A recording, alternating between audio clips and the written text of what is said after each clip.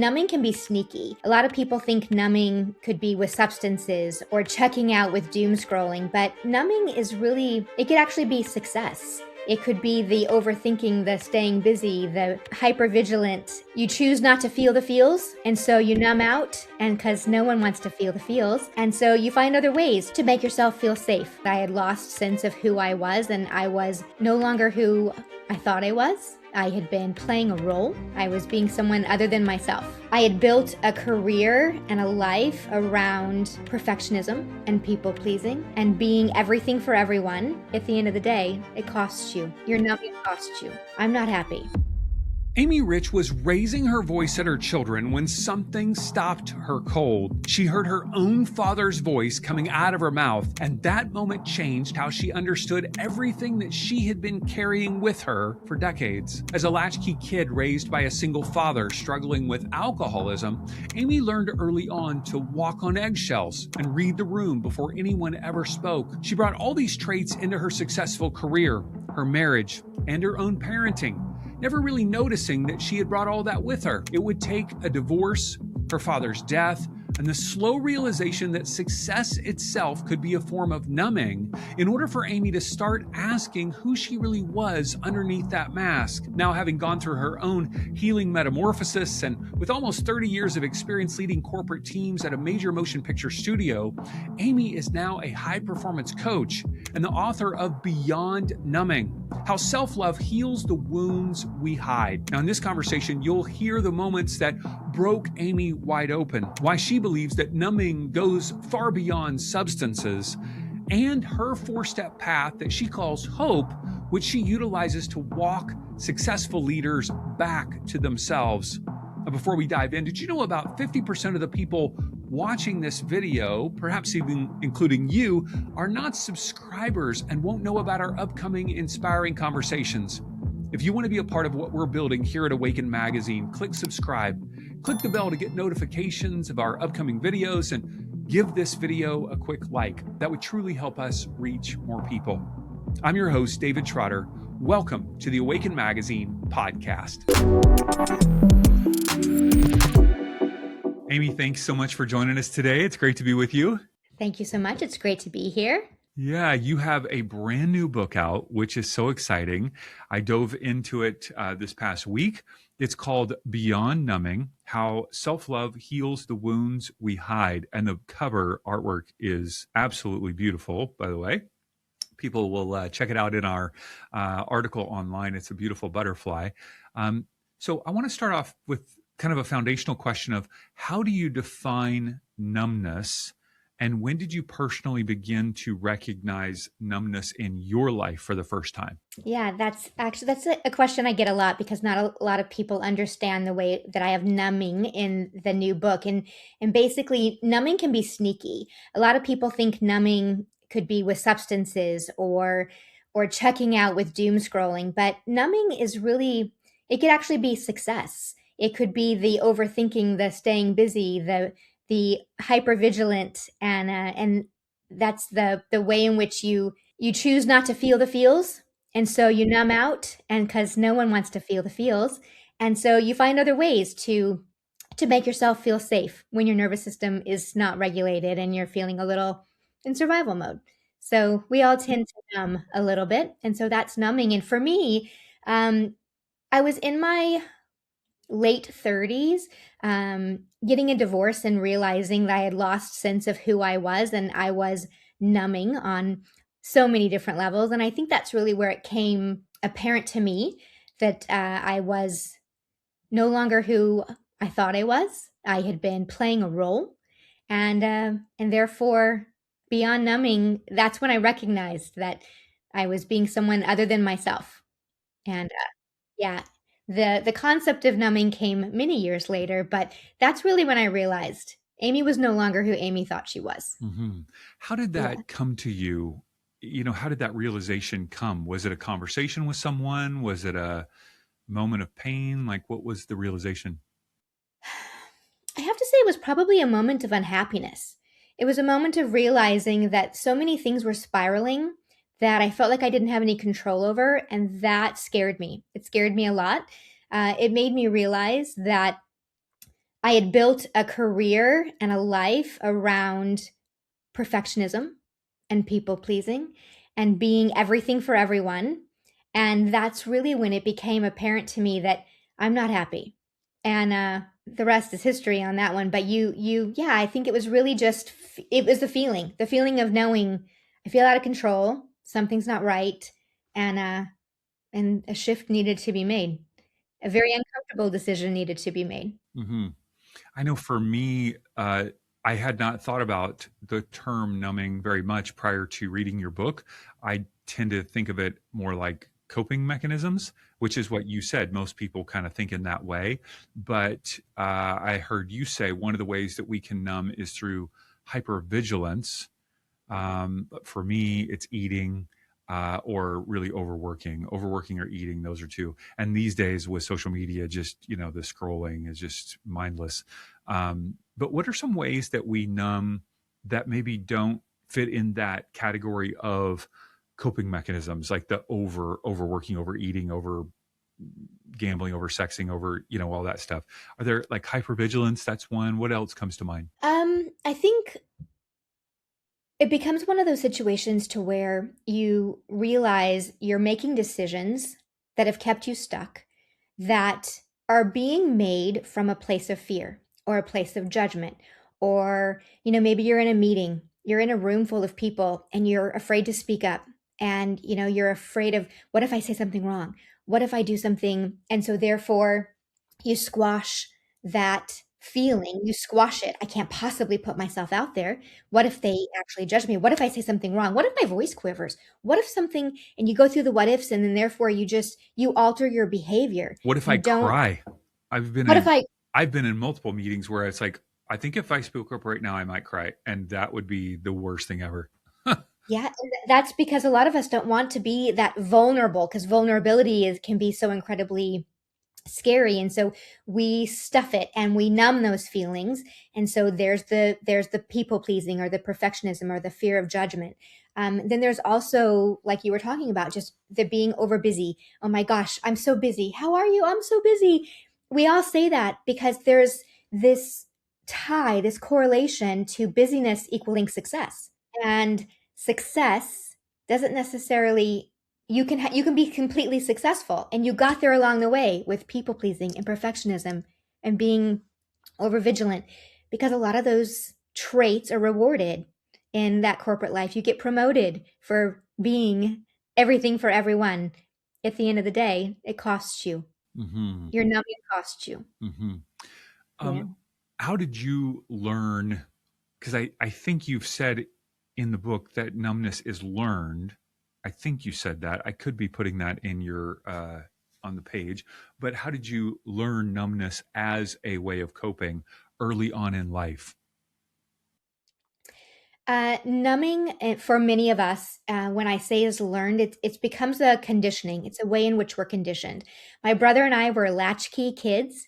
We were latchkey kids very early on, with a single parent struggling with his own issues with alcoholism, which allowed us to make sure we were always walking on eggshells. We were always making sure we were reading the room before anything was said. And so that's what I meant by it is learned. It's conditioned.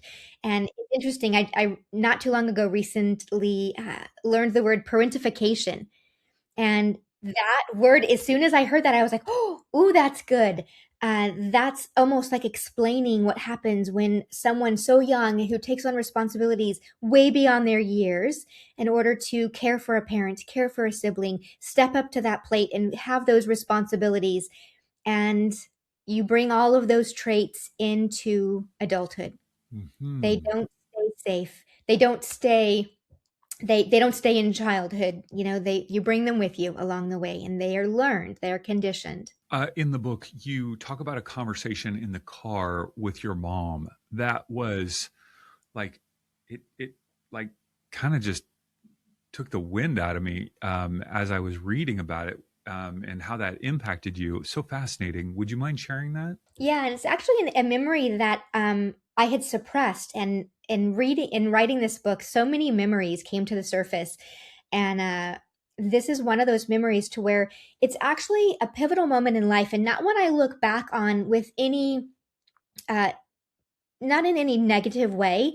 It just made me realize the way in which mom had expressed that she was gay was such a very easy flowing conversation. It was just said so briefly, and we were in the car, and I remember thinking at a very young age, like, okay, I know what that means, but how am I supposed to, how do I feel about this? How am I supposed to process this at this age? And so you stuff it. I stuffed it down. And I mean, years later, I'm completely, her partner was maid of honor at my wedding, and so it's one of those situations to where you realize later on that that pivotal moment, that something that was such a very big conversation to have, was made to feel so small and informal and insignificant. And that was one of the first memories, was like, oh, I stuffed that one deep. And Hmm. yeah. Yeah, how confusing that can be for a child to, as you said, make it an informal conversation. Yeah, Yeah. yeah. My goodness. Um, I'm fascinated by, at the beginning of the book, you have several precursors to the book. It's like, hey, I got a thought for you before we get started. Hey, I got another thought for you. Wait, hold on. I got a third thought for you. I was like, this is great. She's prepping me. And one of those preparation pages was on shame. Mhm. And so I'm curious, why did you feel like it was an important thing to share about shame before people dove into the content of your book? Writing this book, there was a lot of moments of shame that surfaced for me. And the purpose of this book is to relate to others, to open me up as a vulnerable book, to share my journey so that you could possibly see yourself in what I had experienced. And if you're truly able to relate and resonate with this book, you too might experience some shame. And it's just the shame of what should have been, the shame of how I could have done things differently, the shame of how things unraveled in certain ways, and without living the shoulda wouldas, and just recognizing that we all have this feeling, but it's addressing the shame. It's addressing it when you feel it, and recognize it and own it, and don't stuff it. Don't stuff it down. Let's honor what that looks like to shame. And so that's why I felt it was so important to go in the beginning, because Hmm. as you're reading this, it might surface for you too. Hmm. Help me identify shame, if that's a new concept for me. That, like, when am I feeling that? What is this trigger that, like, oh, that's what she's talking about? I think it's when you feel that, ooh, like you're internally feeling that something I just said may personally affect you. What did you feel like? Oh, she's talking directly to me. Or maybe I should have handled that differently. Maybe I should have, maybe I shouldn't have said that. Maybe I should have said that. Maybe there's all of those feelings. I think it's when you have that feeling and you recognize it and you go, what is this? Ooh, gosh, I'm so ashamed. I'm so ashamed of how I handled that. And so, but instead of going, oh, well, it's fine, and squashing it, honoring it with like, okay, so why do I feel this way? Oh, I'm afraid of how they're gonna feel about me. Maybe they're judging me. Maybe they didn't like how I handled it either. And then all of that floods in, and you're like, yeah, this has nothing to do with me. And that's what you come to the end of the equation going, there's nothing wrong with shame. He's just honoring it when it happens. Hmm. Beautiful.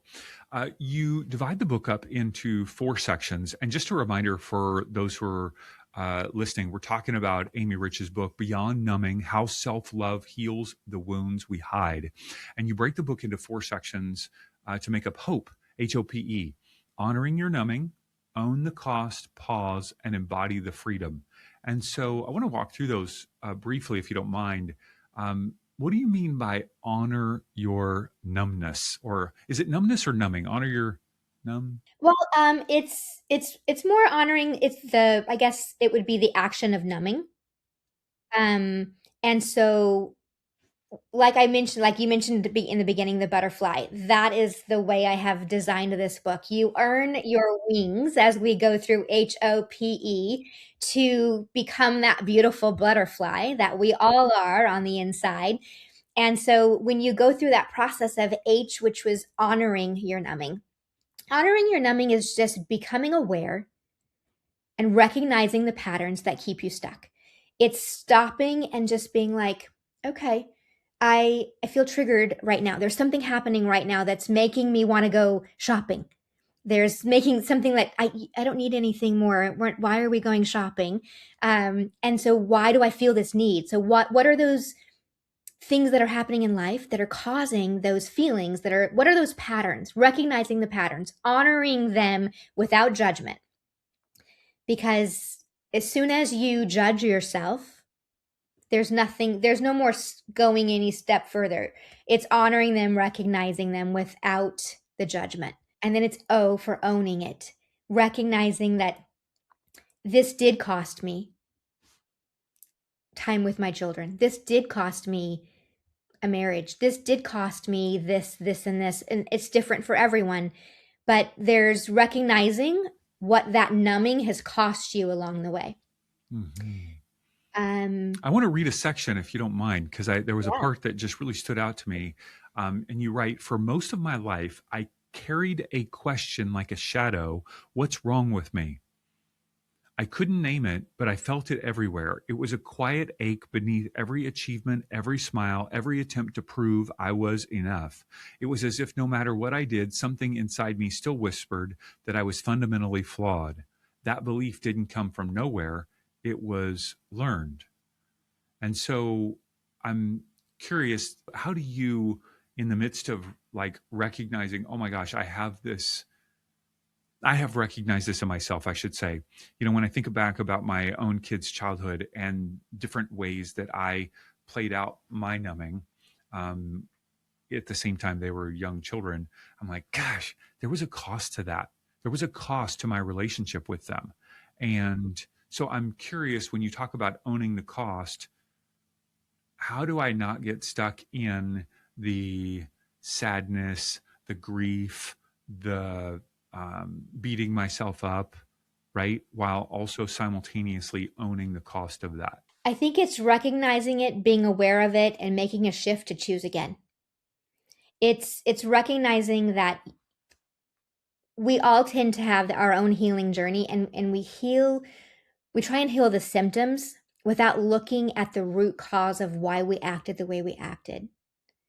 And so when you stop and actually recognize that the way that you handled that was how you learned it, you remembered it, you're conditioned from it. And so if you actually stop and think back, okay, so at what point in my life did maybe someone that's important in my life act that way with me? That showed me as someone of power that that was okay to behave. That was a way that was okay to behave. And so now I'm just, because I grew up that way, I'm going to act that way too. And you know, I talk about like raising my voice with my children and realizing I was just like I heard my dad's voice as I'm yelling, and I'm like, ooh, like no, like that's we're not parenting like that. We're shifting this right now. And I think that's it. I think it's just recognizing that it's okay. Let's just recognize this, make that change, make it choose again and do it again differently. And being honest enough and vulnerable enough with your child at that time to go, you know what, I'm so sorry. I didn't handle that right. We're going to do that again. And it's okay to be vulnerable with your children. It's okay to be vulnerable with your spouse. It's okay to say, you know what, that actually really hurts. I don't know why. We'll come back to that. But can we start over? Can we do this differently? And we're all just learning every day. We're starting over and we're choosing again. And I think that's just important to give ourselves that grace. Mm-hmm. I think owning the cost of behaviors, words, attitudes, for me is great motivation to change. Because when I'm like, oh man, look at how that hurt my partner, look at how that hurt my kid, look at how that hurt my employee, that's not what I want to do. I see the cost. It's when I I do know that the people in my life who are unaware, like some people completely unaware of the cost of what they're doing in their life or in my life, it seems like most of the time people either are completely unaware or they are willing to own the cost and like figure it out. It seems like the idea of being aware of it and not doing anything, I don't see many people like that. It seems like they're just completely unaware. I don't know. Valid. And I think that's where the awareness comes in, right? Being able to turn that mirror around, or to look at yourself in the mirror and recognizing that like it's time to make some changes and Hmm. be a little more vulnerable with those that we love and those that we lead, so that we lead from and parent from, and our partners just live with a place of being grounded Hmm. in that self-love. Did you discover these principles in your own life after you kind of had painful experiences, or were you discovering them along the way? How did this work out for you? I think I was discovering them along the way, but in full transparency, when my father passed away and I was helping my brother be the one to deal with this, to take care of all the arrangements, I was sitting around with family and friends and I felt nothing. Like I could not cry.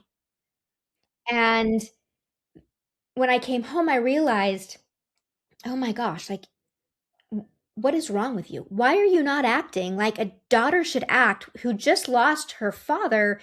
And so I started to really internalize it, and for lack of better terms, like gaslight myself.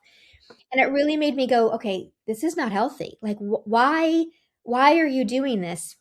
And it really kind of made me look inside. It made me internalize things, because I had already gone through the divorce and even finding someone new and getting remarried again and blending families, and like life was so good. And then but I was wearing a mask still. I was still wearing that mask of being everything for everyone, and I'm going to be the strong one, and I'm going to jump in here and I'm going to take care of it all. And then you realize like you're not feeling. It's okay to break down and be vulnerable. And I think for me, that's where it was. It was the passing of my dad that just really changed everything. It changed everything. You have, I know this because in just getting to know you, but you haven't necessarily mentioned here on in our conversation that you have been quite successful in terms of your career, and you've surrounded yourself naturally with successful people. So I would assume the way that you're describing your life in terms of like, hey, I'm going to handle everything. I'm going to get my ducks in a row. I'm going to cross all the T's, dot all the I's, be there for everybody. Like that's been your whole life, and people have been cheering you on for that. Yes. And that's the proof that when you run your life and you climb that corporate ladder with all that excess baggage of people pleasing and perfectionism, and you're given those promotions and you're so good at what you do, and thank you so much, and you're such the strong one. And then you get to the top and you're like, oh, like, I, who am I? Who am I? And that's when I've been so incredibly blessed. Just shy of 30 years in corporate leadership at a major motion picture studio, and I run a fabulous team. And it's just, honestly, it's just such a blessing when you can lead and parent from a place of regulation, and really just when you are grounded and regulated and see the big picture, have that compassion, put yourself in their shoes, it not only helps with how you respond, like you respond rather than react. And it's pivotal, it's huge. I've been very, very successful. And so at the end of the day, that's where I realized, how did I get there? Did I get there being Amie, or did I get there with the masks I wore and I interchanged as to who I needed to be in any given room? And that's when it's like time to lower the mask. It's time just be me. How did that play out among the people that you work with on a day-to-day basis? Like, how did that practically? I worked in corporate for 3 years out of college, and it wasn't at a movie studio. It was at a paper distribution company, pretty much like The Office. And it wasn't a place where taking off the mask was really invited. It was like didn't feel safe. Mhm. So like how does that play out for you in a day-to-day life in the office? Um, that actually changed from me on an energetic level. I started to do a lot of energy work, and I realized I was tied to these people's emotions and energetically was letting them affect me, and that was huge for me. Energy work. When I started doing energy work and being able to recognize those cords that were keeping me tied to individuals who didn't have a say in who I am. Yes, they very well could have played a role in my success, but they didn't dictate who I am. And that was huge for me. And so that was pivotal in recognizing that it's okay to lower your mask. And I will say this to the masses: it is scary. It is not one of those Hmm. situations where all of a sudden you're like, here I am. I'm here to be Amie. I'm lighthearted. No, it was like, I'm going to actually put myself in this situation that's a little uncomfortable. I'm going to step out of my comfort zone and I'm going to say an opinion. And it's okay if it doesn't land as intended. Hmm. Like, it's okay. Um, because I have no control over their opinions of me. Hmm. I, and so that was huge for me. So energy work was huge, and taking it slow, one day at a time, one situation at a time, one conference room full of people at a time, to just say, I have something to say and I'm going to say it, and just Hmm. speak up. And it's just those one moments, just that one aligned action, one day at a time. And eventually people start to see you authentically, Hmm. and you lower your mask. You Hmm. eventually lower your mask. You weren't suggesting like an ad campaign based on astrological signs or projections or anything, were you? Right? You could. Uh, but They're like, yeah, I guess what depends happened to on your Amy? audience. Depends on your audience. Yeah. Okay, so we've got honoring your numbing, own the Yeah. cost, and then you talk about a need to pause. So, what does that Yes. practically look like to pause? Pausing is giving yourself permission to slow down. It's permission to pause. It's permission to give yourself a self-love routine, a self-help. Maybe it's meditation, maybe it's journaling, maybe it's breath work, maybe it's walking just your neighborhood. Just taking your time to pull yourself from the everyday go, go, go, and giving yourself permission to pause.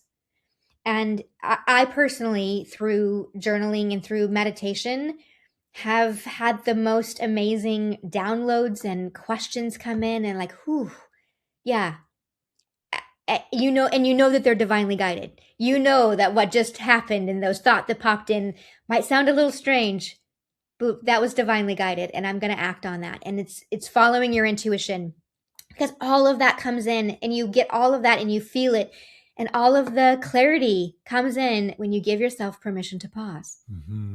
Beautiful.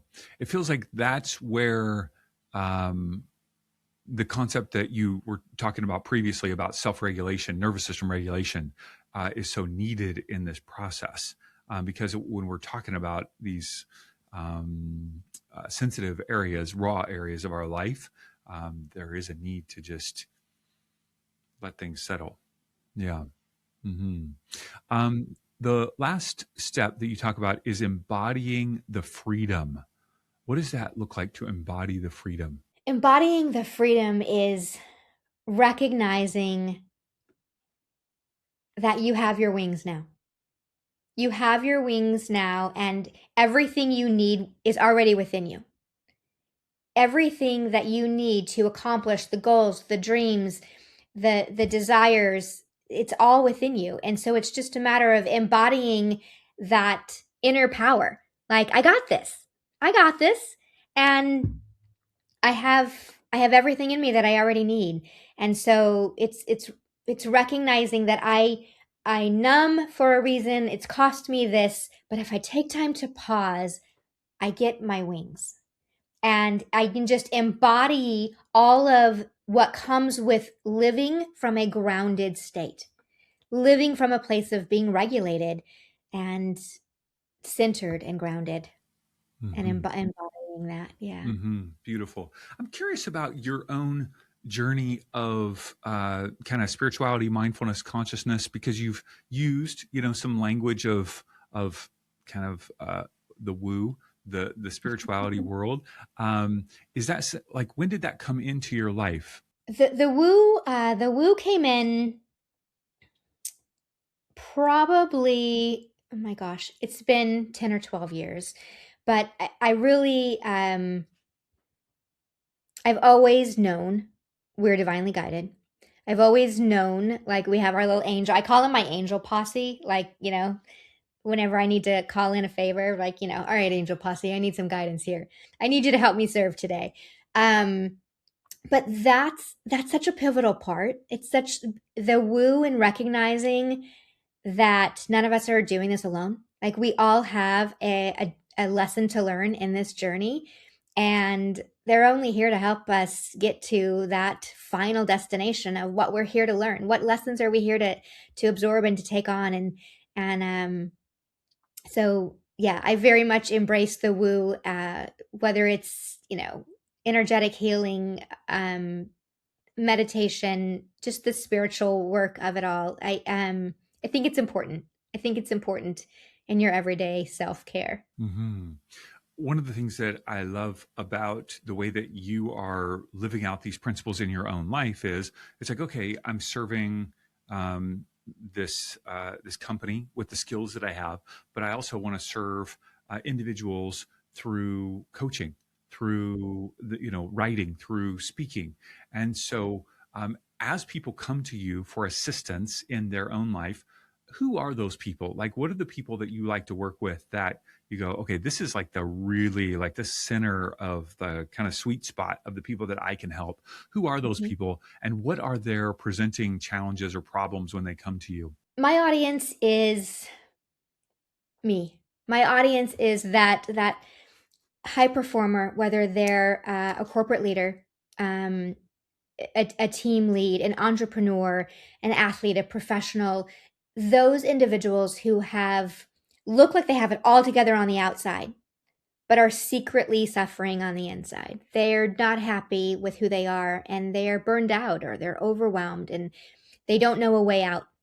And so they are the ones who I can share that I've been there. I know exactly what it's like. I've raised my babies from that unhealed state, but there's a way out, and you may be disconnected or feel disconnected to yourself, but there's a way back. There's a way back to yourself. And so people typically that come to me are in that stage of they're not sure why they're stuck.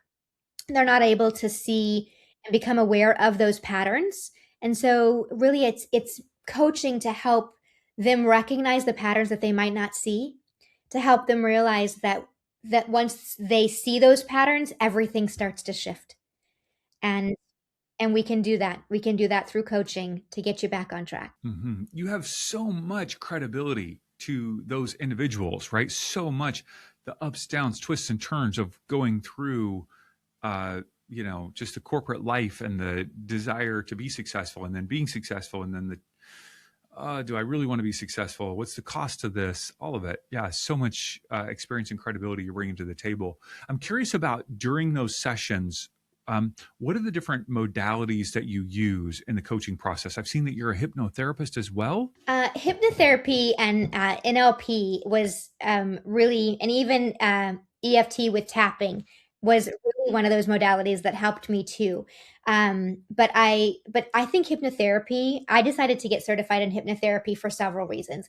One, I love the mind shift changes. I love going in and changing the mindset and how in which things can are seen by the brain, being that, for instance, like, the brain doesn't know don't, right? And so when you say don't think of a pink elephant, and then you just, right, it doesn't comprehend don't. And so when you can go in and rewire and change those thought processes to change a compulsion to a repulsion. So you can alter those behaviors. And so I was like, I'm going to get certified. This is so incredibly powerful. And for me also, though, it was a stepping out of my comfort zone. It was recognizing when I would tell myself, I can't do this. No one's ever going to possibly listen to me. And then I had to practice hours and hours and hours of hands on hypnotherapy. And I was like, ooh, and I'm seeing results from these people. And I'm like, I can do this. I can do this. And so that's where hypnotherapy came in. I absolutely love it. But the coaching sessions, it's not cookie cutter, right? Everyone comes with something that's unique to them.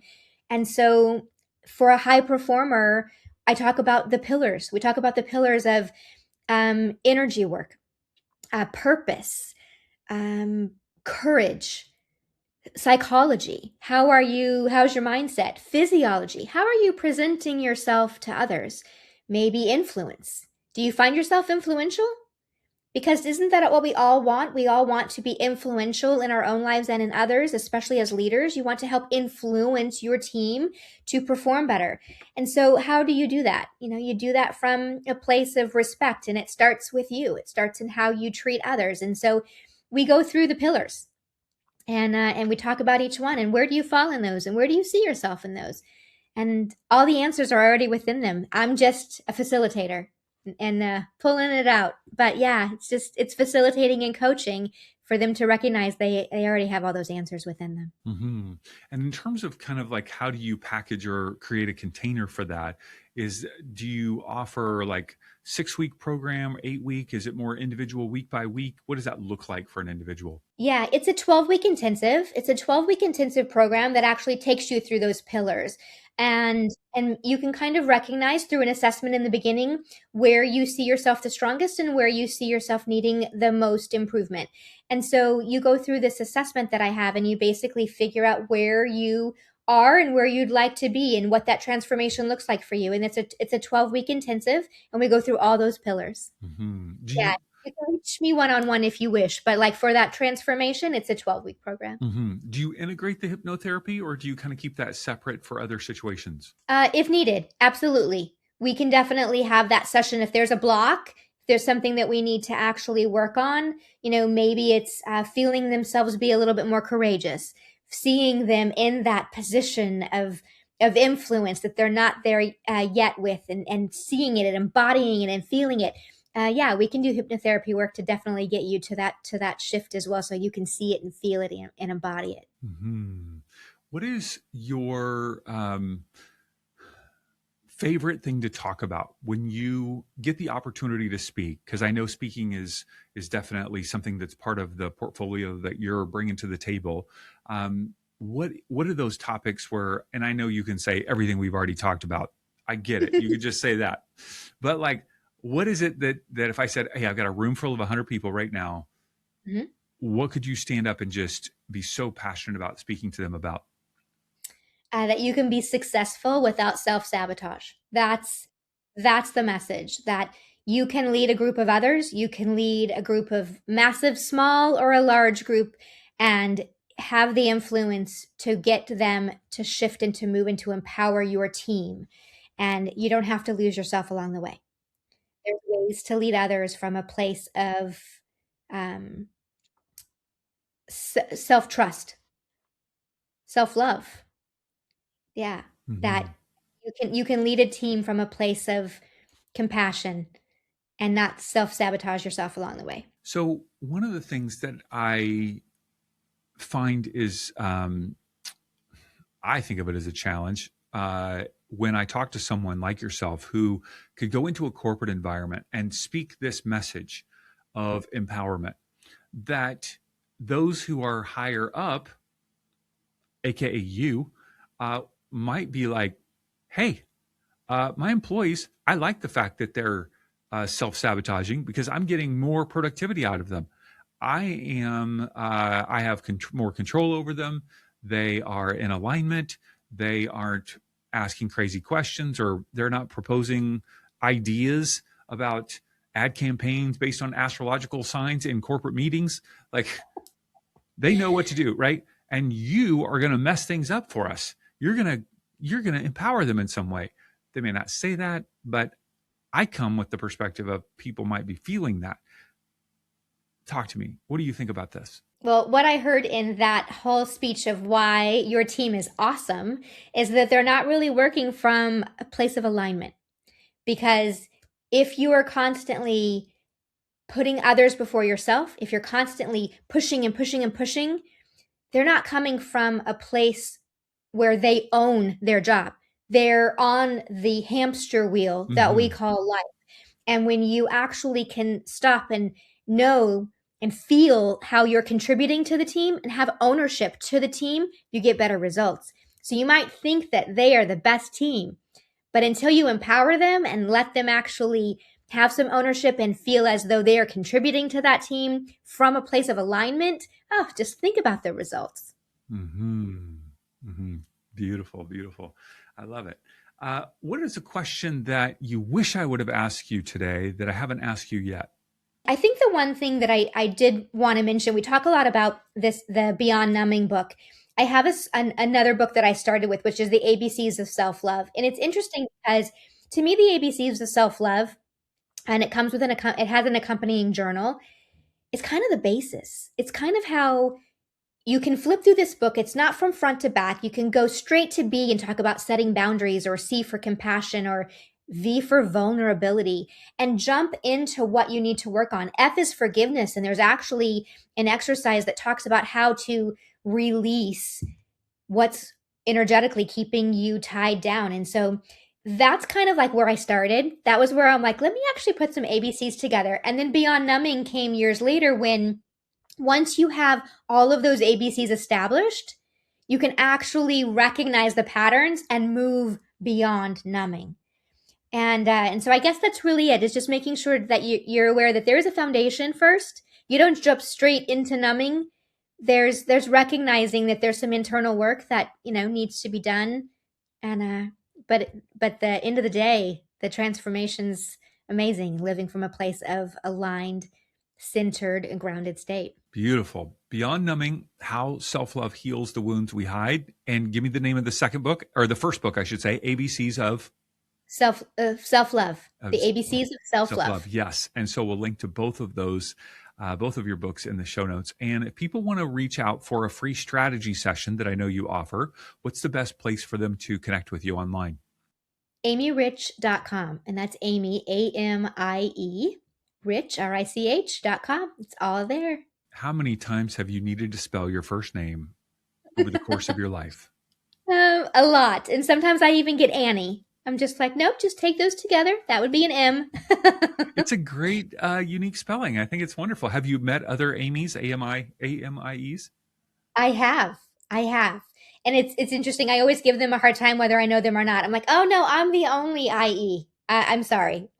You're not a Y, but you're not, I'm the only IE. So I usually joke with them whether they know me or not when I finally meet one. That's great. AmieRich.com. How about social media? What's the best place for people to connect with you as well? I'm on LinkedIn as Amie Rich as well. Instagram, Facebook. There I'm Amie A. Rich. Very good. All right. Great to be with you today, Amie. Thank you so much for what you're doing in the world. I admire anyone who's lived and been successful in the corporate world, who is investing in people in other ways outside of corporate. It's just beautiful. So thank you so much. Thank you for taking the time today as well.